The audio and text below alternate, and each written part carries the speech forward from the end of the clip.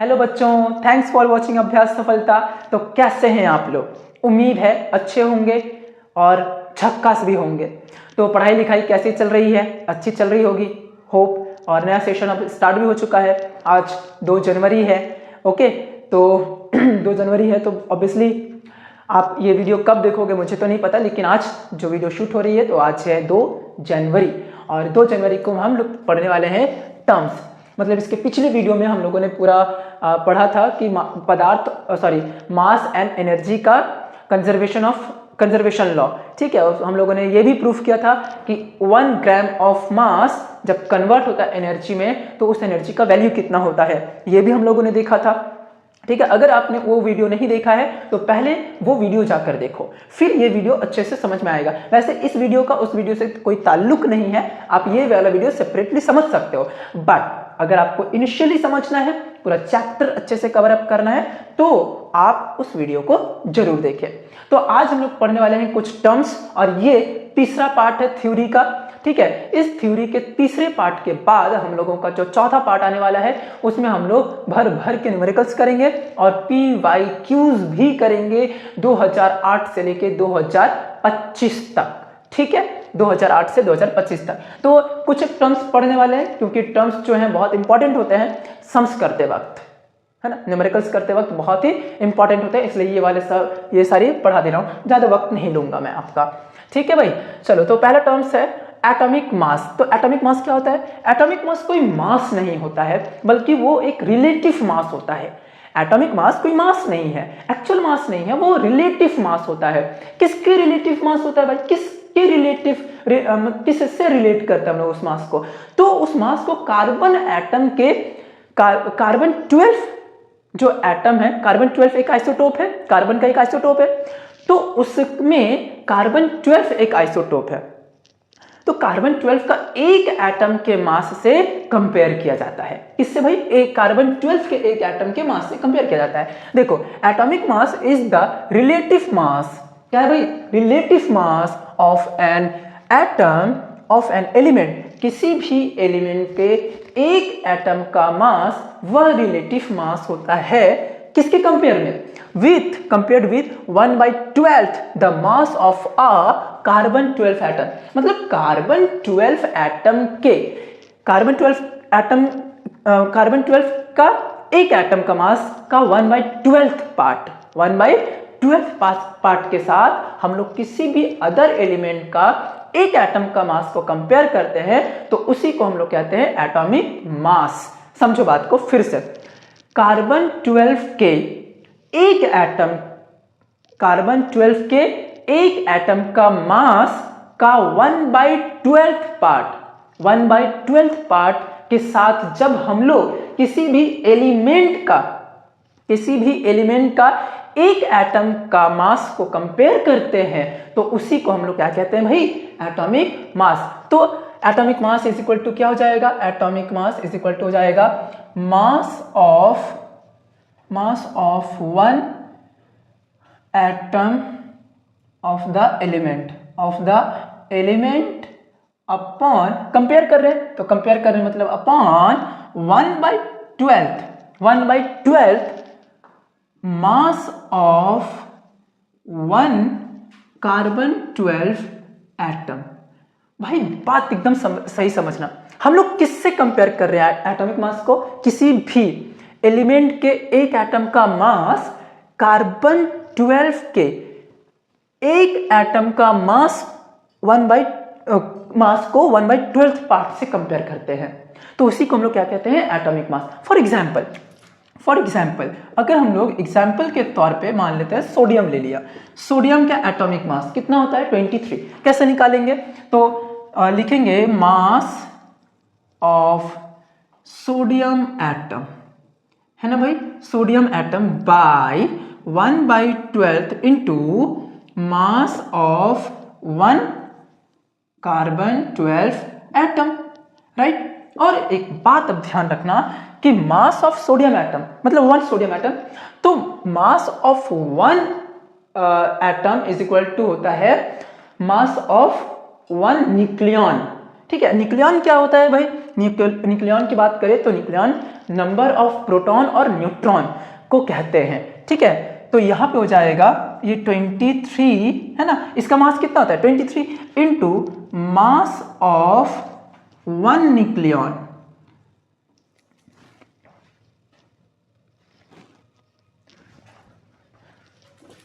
Mass of one nucleon by ये हो जाएगा कितना हो जाएगा again.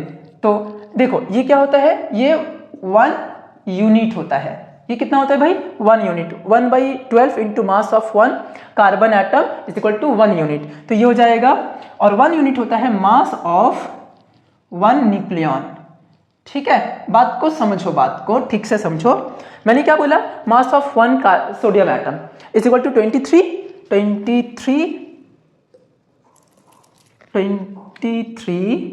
Into mass of 1 nucleon, ठीक है।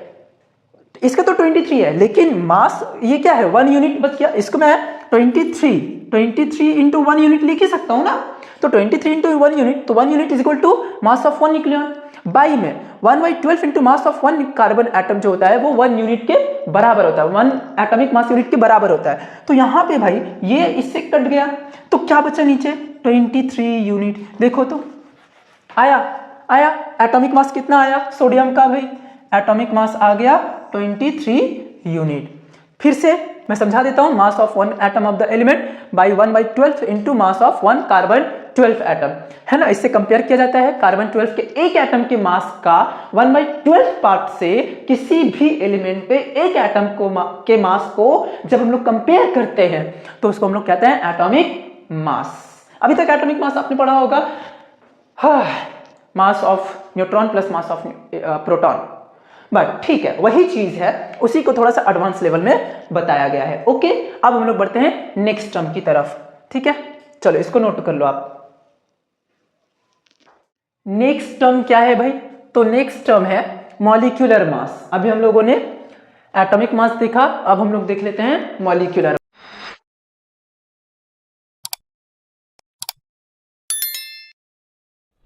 मास। तो मॉलिक्यूलर मास क्या है, molecular mass of a substance, ये एक सब्सटेंस का होता है। और मॉलिक्यूल क्या होता है, जब दो एटम्स मिलते हैं सेम या डिफरेंट तभी तो मॉलिक्यूल बनता है, तो वो एक सब्सटेंस होता है ना। तो molecular mass of a substance, किसी भी जब भी हम लोग मॉलिक्यूलर मास की बात करेंगे तो वो सब्सटेंस का होगा। Substance is the number which indicates how many times the mass of one molecule of the substance is heavier than 1/12 the mass of one carbon 12 atom।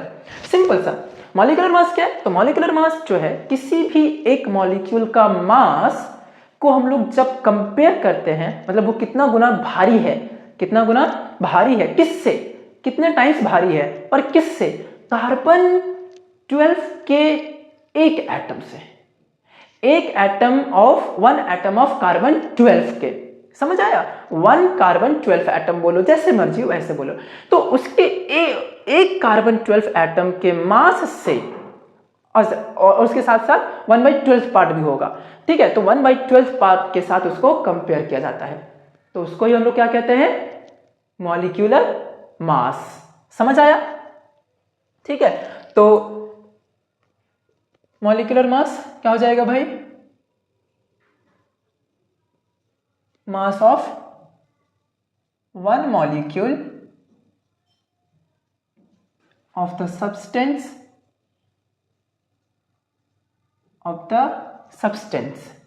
by 1/12। क्या बोला मैंने कि किसी भी सब्सटेंस के एक मॉलिक्यूल का मास, किसी भी सब्सटेंस के एक मॉलिक्यूल का मास कितना गुना, कितना टाइम्स भारी होगा, किसके कंपेयर में, कार्बन 12 के एक एटम के मास के 1/12 पार्ट से, कार्बन 12 के एक एटम के मास के 1/12 पार्ट से कितना गुना भारी होगा, उसी को हम लोग क्या कहेंगे, molecular mass into mass of 1 carbon 12 atom. ठीक है, ये फॉर्मूला है। फॉर एग्जाम्पल के तौर पे बात करें तो मान लेते हैं वाटर का निकालना है, तो कैसे निकलेगा भाई, हम लोग लिखते हैं तो mass of 1 molecule of water, है ना भाई, water bye 1/12 into mass of 1 carbon 12 atom. अब देखो ये कितना होता है, मास ऑफ 1 मॉलिक्यूल ऑफ वाटर कितना होता है भाई, 18। कितना होता है भाई, 18 इंटू 1 यू लिख सकते हैं, और 1 u is equal to mass of 1 nucleon. Mass of 1 nucleon होता है ना, 1 atomic mass equal to mass of, यहाँ पे पानी था इसलिए दिख नहीं रहा है, मास ऑफ 1 न्यूक्लियन, है ना, 1 न्यूक्लियन। और एक बात आप नीचे देखो, अभी पिछले वाले वीडियो में बताया, पिछले वाले डेफिनेशन में बताया था कि 1/12 into mass of 1 carbon 12 atom is equal to mass of 1 nucleon होता है। ये भी मास ऑफ 1 न्यूक्लियन हो जाएगा, तो नीचे में भी सेम, ये कट गए, क्या बच्चा भाई, 18 एटॉमिक मास। यूनिट बोलो या यूनिट बोलो, कोई बात नहीं, ठीक है। 18U इसी को कहते हैं मॉलिक्यूलर मास। समझ आया? तो देखो ये शुरुआत में ये बड़ा ही डेफिनेशन थोड़ा सा कॉम्प्लिकेटेड है, बट आप इसको थोड़ा सा और डीप में रिसर्च करोगे, डीप में जब हायर क्लास के बुक्स को स्टडी करोगे तब आपको और अच्छे से ये क्लियर हो जाएगा। ठीक है, तो जनरली इतना कुछ तो नहीं बताया जाता है, ठीक है, जनरली ऑफलाइन क्लासेस में इतना कुछ नहीं बताया जाता है, तो मैं सोचा कि नहीं मैं बताऊंगा और मैं बता रहा हूं। ठीक है, इतना कुछ नहीं बताया जाता, ये कैसे होगा क्या है नहीं है, एग्जाम्पल वगैरह देना पड़ता है तभी बच्चे समझते हैं, तो मैं डाल दिया, तो आपको उम्मीद है अच्छे से समझ में आया होगा। ठीक है, चलिए तो हम लोग बढ़ेंगे अब अगले टर्म की तरफ। बस 6 टोटल टर्म है, 2 हो गया और 4 बचे हुए हैं, जल्दी से नोट कर लो। अब हम लोग अगला टर्म नंबर 3 देखते हैं और फिर 4 देखेंगे। तो 3 में क्या है भाई, gram molecular mass. Gram molecular mass क्या है, the molecular mass of a substance expressed in grams is called its gram molecular mass. तो किसी भी सब्सटेंस का अगर हम लोग मॉलिक्यूलर मास को ग्राम में बदल दें, सिंपल, किसी भी सब्सटेंस का मॉलिक्यूलर मास को ग्राम में बदल दें तो वो ग्राम मॉलिक्यूलर मास कहलाता है। क्या कहलाता है भाई, ग्राम मॉलिक्यूलर मास, GMM, है ना। मान लो कि जैसे मैंने लिखा वाटर, तो वाटर का मॉलिक्यूलर मास कितना होगा, 2 + 16 18 हो जाएगा। अब 18U, लेकिन इसी को अगर मैं लिख दूं 18 ग्राम, तो ये क्या हो जाएगा भाई, ये है मॉलिक्यूलर मास, ये है मॉलिक्यूलर मास, और भाई ये 18 ग्राम क्या हो जाएगा, gram molecular mass, gram molecular mass. तो आप लोगों को मैं एक लिख के दे रहा हूं, H2SO4, इसका ग्राम मॉलिक्यूलर मास कितना होगा बताओ, कमेंट करके, जल्दी से कमेंट करो, जल्दी से, है ना। समझो, बात को समझो, कोई भी मॉलिक्यूलर मास हो, किसी भी सब्सटेंस का मॉलिक्यूलर मास निकाल रहे हो, तो उसको, उस मॉलिक्यूलर मास का वैल्यू को अगर हम लोग ग्राम में कन्वर्ट कर दे, किसमें भाई, ग्राम में लिख दे, तो उसको हम लोग बोलेंगे ग्राम मॉलिक्यूलर मास। समझ आया बात? चलो, तो अब हम लोग इसका आंसर को आप कमेंट में फेंक के मार देना भाई, ठीक है।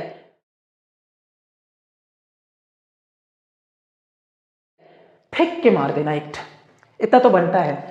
अब नंबर 4 नंबर में क्या है, ग्राम मॉलिक्यूलर वॉल्यूम। तो ग्राम मॉलिक्यूलर वॉल्यूम क्या है, देखो, the volume occupied by, same वही चीज है ना, 1 ग्राम मॉलिक्यूल, किसी भी गैस का 1 ग्राम मॉलिक्यूल जितना स्पेस, जितना वॉल्यूम ऑक्यूपाई करता है एट STP, बहुत सारे बुक में NTP भी लिखा हुआ है, कोई दिक्कत नहीं है, लेकिन हम लोग STP ही पकड़ते हैं, ठीक है। हायर क्लास, अभी आप NTP पढ़ रहे हो, हायर क्लास में जाओगे STP पढ़ोगे, तो बात आप STP लिखो या NTP लिखो, ठीक है, बट STP ज्यादा बेटर है, ठीक है। तो बात को समझो, क्या बोल रहा था मैं, हाँ, ग्राम मॉलिक्यूलर वॉल्यूम। तो 1 ग्राम मॉलिक्यूल, कोई भी गैस का 1 ग्राम मॉलिक्यूल, जब वो एक पर्टिकुलर वॉल्यूम को ऑक्यूपाई करता है, तो जितना वॉल्यूम को ऑक्यूपाई करता है उसी वॉल्यूम को हम लोग कहते हैं ग्राम मॉलिक्यूलर वॉल्यूम। क्या कंडीशन है भाई? Under STP, standard temperature and pressure.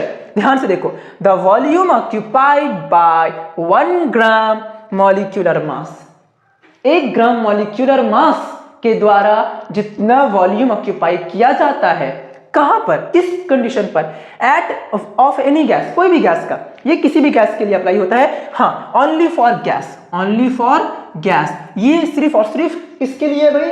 Only for gas.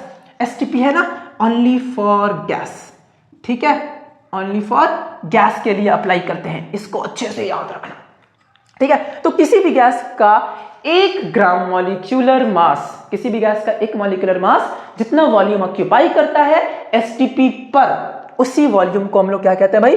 Gram molecular volume. अच्छे से नोट कर लो, बात को समझो। और क्या है इसमें कि देखो 1 ग्राम मॉलिक्यूलर मास का मतलब 1 मोल होता है, ये तो आप देख ही लिए। उसके बाद अगर हम लोग फॉर एग्जाम्पल, ठीक है, एग्जाम्पल के तौर पे बात करें तो अगर मैं लिखूं 1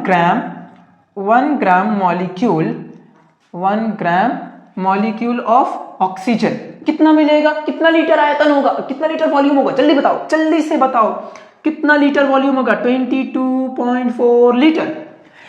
1 ग्राम मॉलिक्यूल ऑफ ऑक्सीजन का वॉल्यूम कितना? एट एसटीपी, हम लोग ये एसटीपी की बात कर रहे हैं, एसटीपी है ना। 1 ग्राम मॉलिक्यूल ऑफ ऑक्सीजन का वॉल्यूम कितना? 22.4 लीटर। अगर मैं बोलूं कि मैं बोलूं 44 ग्राम CO2, किसकी बात करूं? 44 ग्राम ऑफ CO2, तो ये इसका वॉल्यूम कितना होगा? इसका वॉल्यूम कितना होगा? जल्दी से बताओ, एट एसटीपी, जल्दी से कमेंट करो, जल्दी से कमेंट करो। सेम होगा भाई 22.4 लीटर। ध्यान रहे, समझ आया बात? किसी भी गैस का आप जो भी ले लो, है ना, कितना आने वाला है? वॉल्यूम कितना होगा? 22.4 लीटर। बात को अच्छे से ध्यान में रखना है, ओके। अब हमारा नेक्स्ट 2 टर्म्स बचा हुआ है, जल्दी से खत्म कर। अच्छा सुनो, एटम्स या मॉलिक्यूल्स इतने छोटे होते हैं कि उसका वेट मेजर करना बहुत मुश्किल है, पॉसिबल ही नहीं है। जैसे कि मैं कहूं एक हाइड्रोजन एटम का मास, है ना, 1 हाइड्रोजन एटम का मास कितना होता है भाई? मास तो ये होता है 1.67 इंटू 10⁻⁻27 kg। अब ये बताओ, ये मेजर कर सकते हैं क्या? नहीं, इतना छोटा मास है कि हम इसको मेजर नहीं कर सकते, लेकिन अगर मैं कहूं कि 1 ग्राम, है ना, 1 ग्राम, 0.55 ग्राम, 0.60 ग्राम, है ना, 1 ग्राम, 10 ग्राम, 100 ग्राम एंड सो ऑन, इसको अगर मेजर करने बोला जाए तो आप आसानी से कर पाओगे। यानी कि ये एटम का कहानी है और ये लैब का कहानी है। ये है एटम और ये है लैब।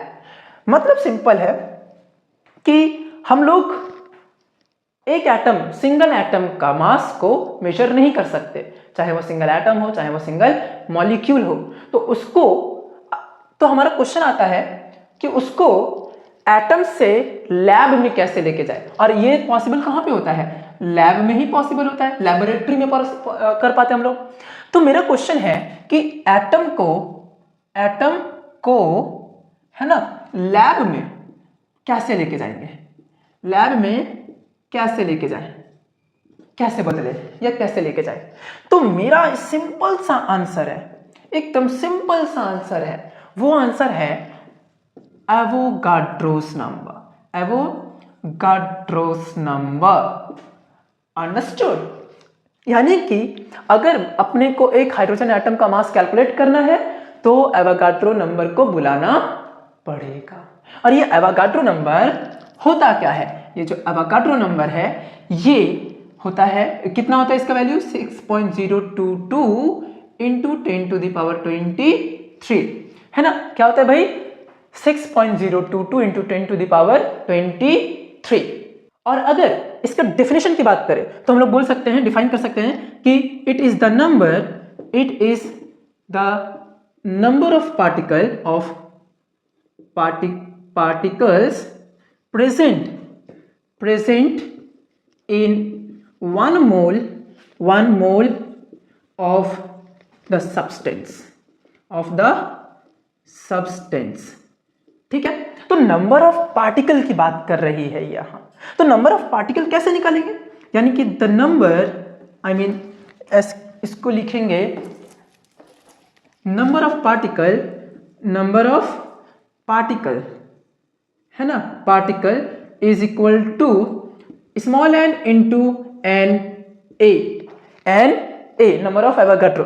तो स्मॉल एन यहां पे क्या रिप्रेजेंट कर रहा है, नंबर ऑफ मोल्स, क्या भाई, number of moles into n a. For example अगर मैं कहूं कि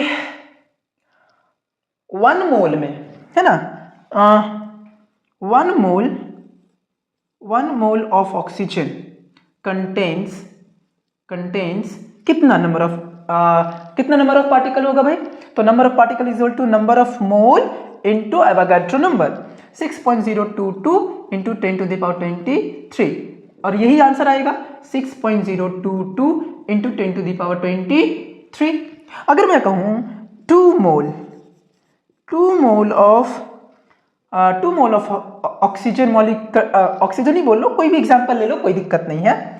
तो ये कितना होगा, तो 2 into 6.022 into 10 to the power 23। इसको मल्टीप्लाई करते हैं, तो इसको मल्टीप्लाई करने से क्या होगा, 6.022 इंटू 2, तो 4 4 0 12, 1 2 3 1 2 3 12.044 इंटू 10 to the power 23। अब देखो अगर मैं बोलूं कि इस पॉइंट को यहां ला दो, तो एक जीरो और इधर चला जाएगा, यानी कि 1.2044 इंटू 10 to the power 24 होंगे। तुम 2 मोल में कितने पार्टिकल्स है भाई, इतने पार्टिकल्स है ना। एवोगाड्रो नंबर हमेशा क्या बताता है, नंबर ऑफ पार्टिकल्स, क्या बताता है भाई, नंबर ऑफ पार्टिकल्स। तो 2 मोल में इतने पार्टिकल्स। इसी तरह करके आप लोग और भी सवाल करेंगे और मैं भी करवाऊंगा आपको, तो वहां पे हम लोग और भी चीजें सीखेंगे। अब बढ़ते हैं next number 6th term. 6th term बहुत ही इजी है, खत्म कर देते हैं। आज का वीडियो यहीं पे खत्म हो जाएगा, बस और 4-5 मिनट और, ठीक है, इतना नोट कर लो। चलो भाई, तो इस वीडियो का लास्ट टॉपिक खत्म होगा यहाँ पे। इसके बाद हम लोग अगले वीडियो से हम लोग शुरू करने वाले हैं न्यूमेरिकल्स। बहुत ही इंपॉर्टेंट है न्यूमेरिकल्स, बिना न्यूमेरिकल्स के हम लोग काम नहीं कर सकते, है ना। तो देखो क्या है, लास्ट टॉपिक है हमारा वेपर डेंसिटी, ठीक है। तो वेपर डेंसिटी क्या होता है भाई, vapour density of a gas is the ratio of the mass of a certain volume. ये एक रेशियो है, क्या है भाई, रेशियो किसका, किसी भी गैस का सर्टेन वॉल्यूम पर, है ना। Mass of a certain volume of the gas to the mass of an equal volume. Certain volume और इक्वल वॉल्यूम मतलब दोनों का वॉल्यूम सेम होगा, दोनों का मास कुछ भी हो पर दोनों का वॉल्यूम क्या होगा, same. Of the mass of a certain volume of the gas to the mass of an equal volume। हाँ, वॉल्यूम इक्वल है, मास कुछ भी हो सकता है, of hydrogen at the same temperature and pressure.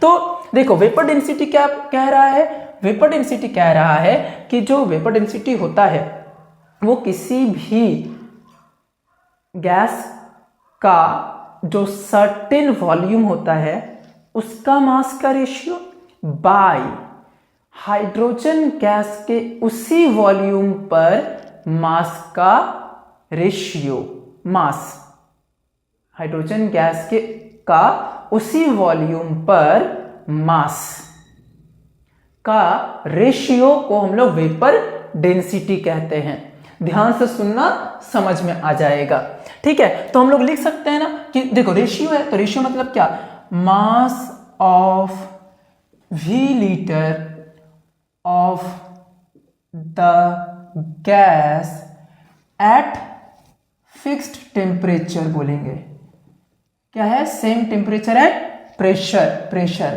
Fixed temperature and pressure what ever, दोनों लिख लेना, बाय उसी वॉल्यूम पर और उसी टेम्परेचर पर किसका मास, हाइड्रोजन का mass of V litre of the hydrogen gas क्या भाई, hydrogen gas at fixed temperature and pressure. अब देखो, अकॉर्डिंग टू, अगर हम एवोगाड्रो लॉ की बात करें, अकॉर्डिंग टू एवोगाड्रोस लॉ, तो भाई एवोगाड्रोस लॉ क्या कहता है कि किसी भी मतलब वॉल्यूम में कोई भी गैस का भी वॉल्यूम में कितने पार्टिकल्स होते हैं, n नंबर ऑफ पार्टिकल्स होते हैं। कितने होते हैं भाई, n नंबर ऑफ पार्टिकल्स। तो उसी वॉल्यूम पर हाइड्रोजन गैस भी कितना नंबर ऑफ पार्टिकल कंटेन करेगा भाई, n, है ना। तो हम लोग यहां पे लिख सकते हैं mass of n number of molecule, है ना, n number of molecule of the gas, है ना, of the gas by mass of n number of molecule of hydrogen gas, hydrogen gas. अच्छा, हाइड्रोजन गैस। अब देखो मास ऑफ n नंबर, अब अगर हम इफ n का वैल्यू 1 ले ले, कितना ले ले भाई, 1, तो ये क्या हो जाएगा, मास ऑफ 1 मॉलिक्यूल, कितना हो जाएगा, 1 molecule of the gas by mass of 1 molecule of the hydrogen gas. अब ध्यान से देखो, ये 1 मॉलिक्यूल ऑफ हाइड्रोजन गैस कितना एटम कंटेन कर रहा है, 2 एटम, यानी कि 2 एटम का मास का बात कर रहे हैं। ठीक है, मास ऑफ 1 मॉलिक्यूल, है ना, 1 मॉलिक्यूल ऑफ द गैस, इसको सेम ऐसे ही उतार देते हैं। नीचे में अगर मैं देखूं तो एक मॉलिक्यूल ऑफ हाइड्रोजन गैस कितना एटम कंटेन कर रहा है, 2 एटम। कितना भैया, 2 एटम। तो ये हो जाएगा mass of 2 atoms of hydrogen gas, है ना। अच्छा, अब मैं क्या करता हूं, ये 1/2 अलग कर देता हूं, मतलब 2 को अलग कर देता हूं, ये 1 नहीं, ये 1 यहां पे रहता हूं, सिर्फ 2 को अलग कर देता हूं। तो 2 अलग होगा मतलब 1/2 ही लिखाएगा, into mass of 1 molecule of the gas by, ये 2 तो बाहर आ गया, मतलब mass of 1 atom of hydrogen gas, है ना, 1 atom of hydrogen gas, mass of 1 atom, ध्यान से देखना, 1 एटम ऑफ हाइड्रोजन गैस। और मेरी बात ध्यान से सुनो, मास of 1 molecule of the gas by mass of 1 atom of hydrogen gas, ये होता है मॉलिक्यूलर मास। क्या होता है भाई, मॉलिक्यूलर मास। यानी कि ये तो अच्छा,